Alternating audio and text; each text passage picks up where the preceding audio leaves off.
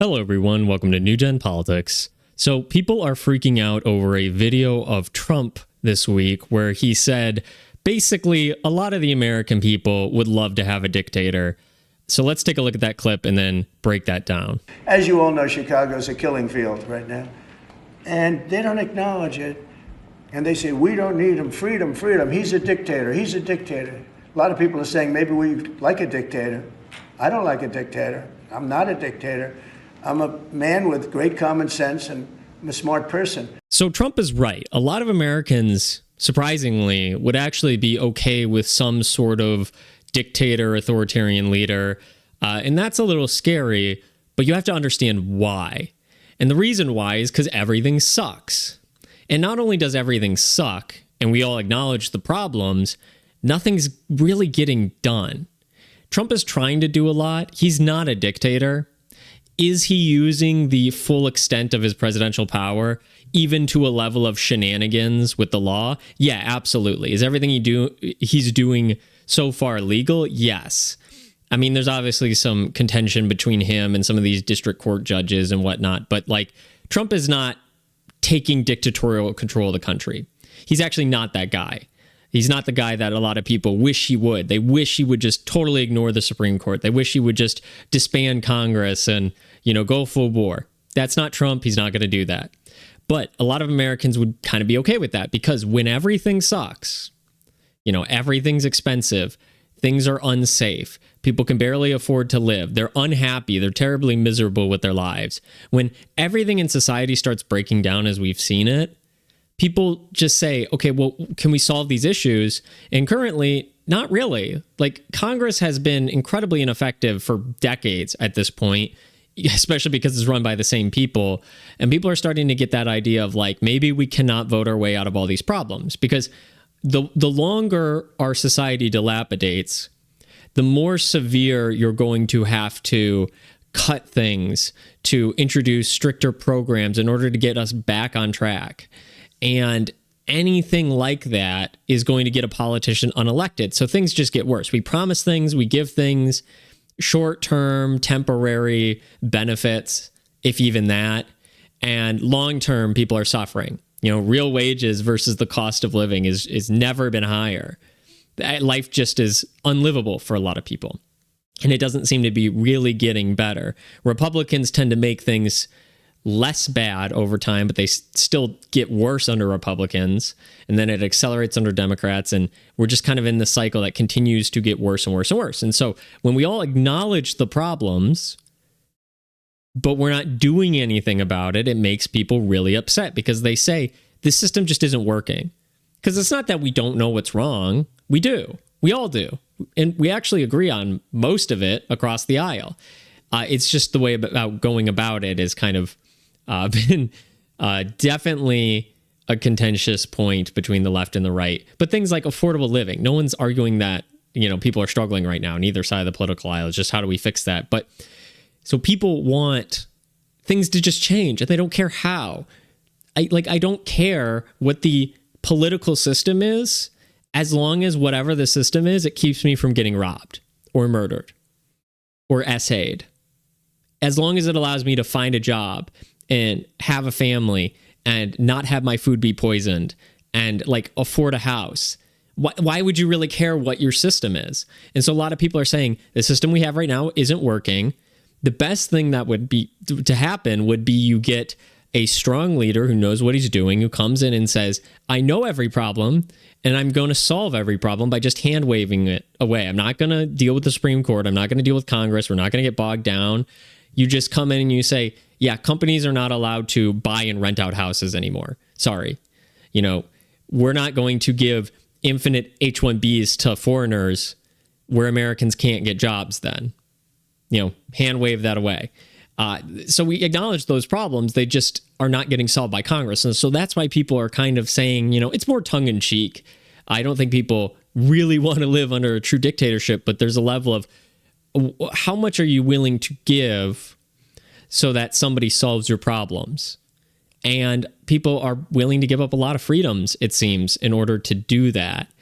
Now, they want their political agenda pushed by a dictator, and that's kind of the the problem with his argument in America is we're still very divided. And so both sides would love to have their dictator running the country and making, the opposite political aisle's version of hell world, which is their version of paradise. Both sides want that. And so that's what kind of makes this really tricky.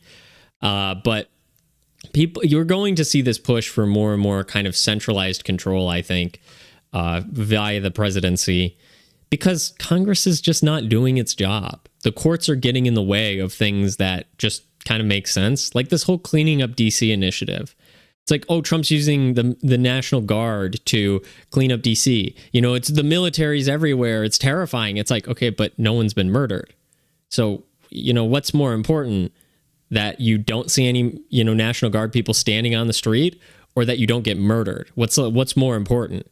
And people would say their literal safety and survivability is more important than the mechanism that provides that. That's the crux of it. And I think people will start to, move in that direction. And not just America. I think a lot of the European countries too, because look at the UK and Ireland. They're all on the brink of essentially civil war or some sort of revolutionary war against their government, just because the problems they all acknowledge are not getting solved. The massive migrant influx, the crime that's caused by it, these censorship issues. And I know that seems weird where you're talking about people want a dictator to solve the issues of government control. That seems really backwards. It doesn't make any sense, but that's why you're banking that your dictator actually has your interest in mind. Because right now, it seems the parliaments and the congresses of the world don't have the interest of their citizens in mind. And so they essentially are kind of a dictatorship when everything is getting worse and they have full control, and you basically can't vote them out because the empty suit just gets replaced with another empty suit. Then is it really any different than a dictatorship?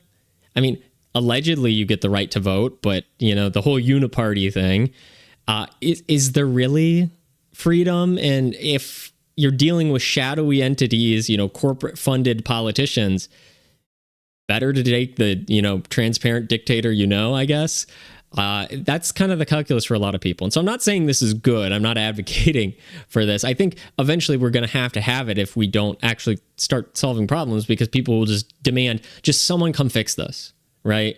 And you're going to end up with, we've seen this song and dance before, right? When life hits rock bottom, when a country just hits rock bottom, like say, I don't know, Germany before World War II, somebody comes in and says, I can fix all your problems. And then he fixes all the problems. And then they do a lot of stuff after that that's not good. But the initial, the economy sucks. There's crime everywhere. It's disgusting. Remember when life was great? If you give me dictatorial power, I will come in and fix the place. And the people say literally anything. Do anything. I don't care. Just make sure I don't get murdered in the street on my way to work. So I work one day so I can afford maybe a loaf of bread. Make life actually livable, sustainable. And people are willing to just say, pass the buck and just say, fix this. I don't care how you do it. And then a lot of people get hurt in the process of that because, dictators are not always the best. You centralize control, and that's kind of a coin flip. But right now, the argument is life is not really better. It's not getting that much better. The coin flip between the, uniparty Congress versus a dictator who may have your best interest in mind, is able to move quicker, because Congress is super slow as well. Even if they agree on something, it takes forever. They're slow to react. A dictator can just hand wave away. This is illegal now, or we're all going to do this. That people want that. They want radical change. They're sick of we'll slowly work it back. We're gonna slowly go back to Ronald Reagan's America. That line that has been fed is it clearly wasn't true, because we keep getting worse under the Republicans as well. But it's why do we have to do that? Why is it a multi-decade long process for me to afford a house? And so people are obviously upset. And Trump is not a dictator. But if things get worse, if things get more unstable, we might very well get one. We might elect a president and he just starts doing the things that Trump didn't have the courage or was, morally not willing to go out of his way to do, to push the line of what is morally good or not. Like I said before, just ignoring the Supreme Court, ignoring Congress, getting rid of all procedures and just saying I'm in charge. Trump's just not that guy for whatever reason, whether that's good or bad, he's just not that guy. As much as people say he's a dictator, he just isn't. But you will get somebody who is. And we probably won't see that in America first. We probably actually will see that somewhere in Europe first. If they have some sort of civil war about this whole migrant thing, and I think any country that does it, will spread to all of Europe, someone's going to have to take control. And usually after massive chaos, you're not really going to the elections. You're not really running polls. You're just throwing somebody up and he says, I'm in charge and I'm going to fix things and we're going to use military control. And if life gets better under that person, you give them more leeway. And that is happening under Trump, where the presidency may gain slightly more power when he deploys the National Guard, and people in Chicago and San Francisco and LA and New York don't have any murders, at all. People will say, things are safe. No one's getting pushed onto the subway. It's clean. Things are affordable. Maybe we can give him more power because he's already done a good job. And then once you give the power away, you're not taking it back. So that's the risk, but it's a gamble. And when people are in desperate situations, they need desperate solutions. And a lot of people are willing to take that gamble.